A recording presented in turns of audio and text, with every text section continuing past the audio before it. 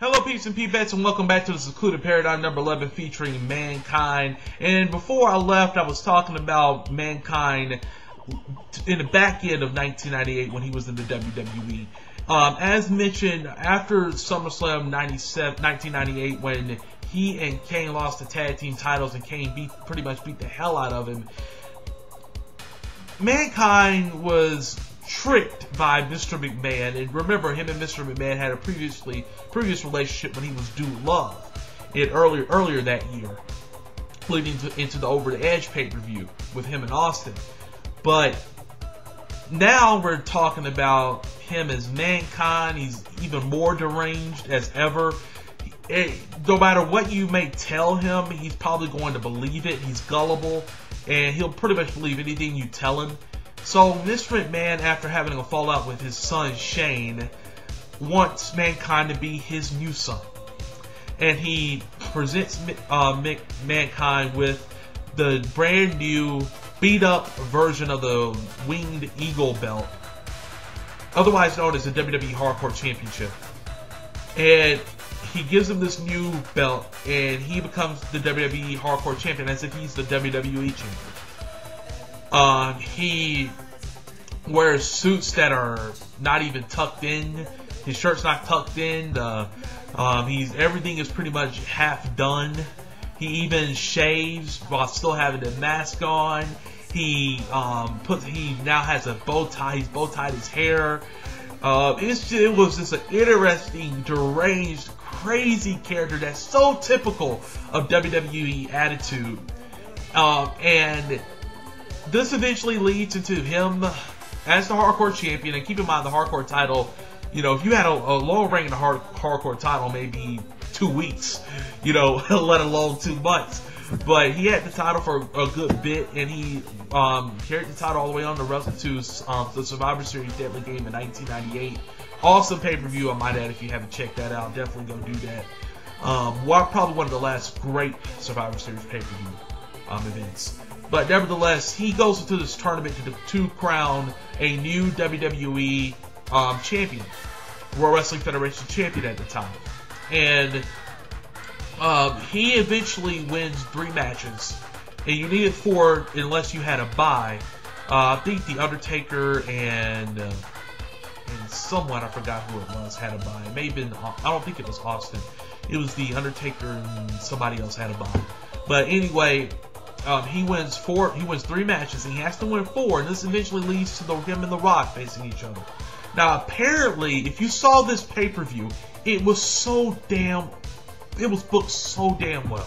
I mean, from top to bottom, it was booked so damn well.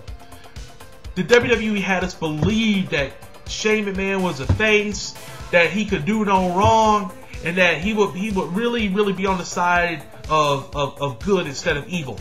But he turns his back on Steve Austin. And this eventually leaves a hole. The Rock has a bye eventually to the tournament. The Rock faces The Rock faces Mick Foley for the WWE Championship. Mankind, keep in mind, still thinks he's Mr. McMahon's boy. He thinks he's his son. But he gets the hell beat out of him by The Rock, who eventually turns corporate. It turns heel. It was a brilliant swerve by the WWE to us all, who really believed that Stone Cold or Mankind were probably going to win the tournament, and The Rock ends up winning it as a heel now. And Mick Foley pretty much has this huge feud with The Rock going into 1999 that really redefined his career, and it redefined his character, the Mankind character, who is now a face. Eventually loses the championship, I believe, the Hardcore title, the Big Boss Man, but that really didn't mean anything. He's now in a main event role against a young main event player who's growing by the day. And him and The Rock have just great matches. Royal Rumble, and so on and so forth. They just have tremendous matches.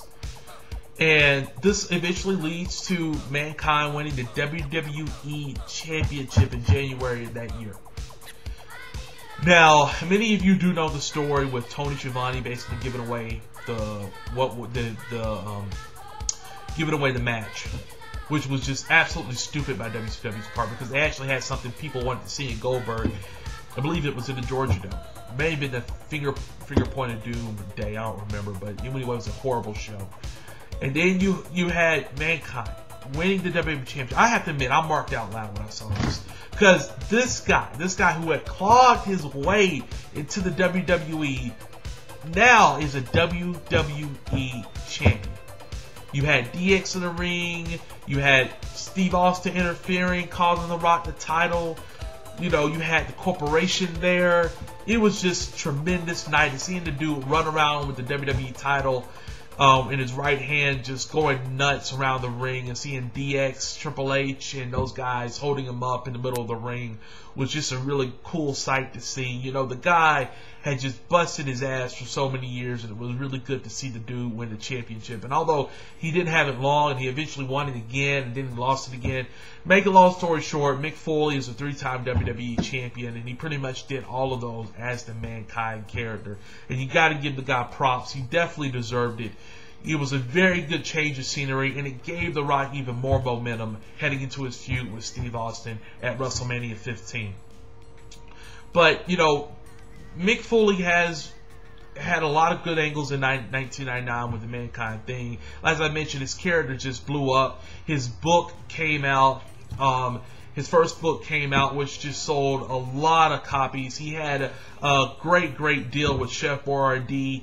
Those commercials on the USA Network and really around the globe.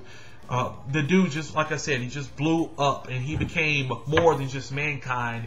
We started to see him as Mick Foley, and that was reiterated even more during several wrestling documentaries at the time, like Beyond the Mat. You know, I'm not the biggest Beyond the Mat fan, but they really showcased this guy a lot. It really showed you Mick Foley, the guy underneath the Mankind gimmick. But, you know, Mankind has a lot of good stuff with Al Snow. He does with him. They become partners. But one of the biggest parts of 1990, I gotta say, for the Mankind gimmick was the Rock and Sock connection with him and The Rock. You know, these guys had feuded so much earlier in the year, and all of a sudden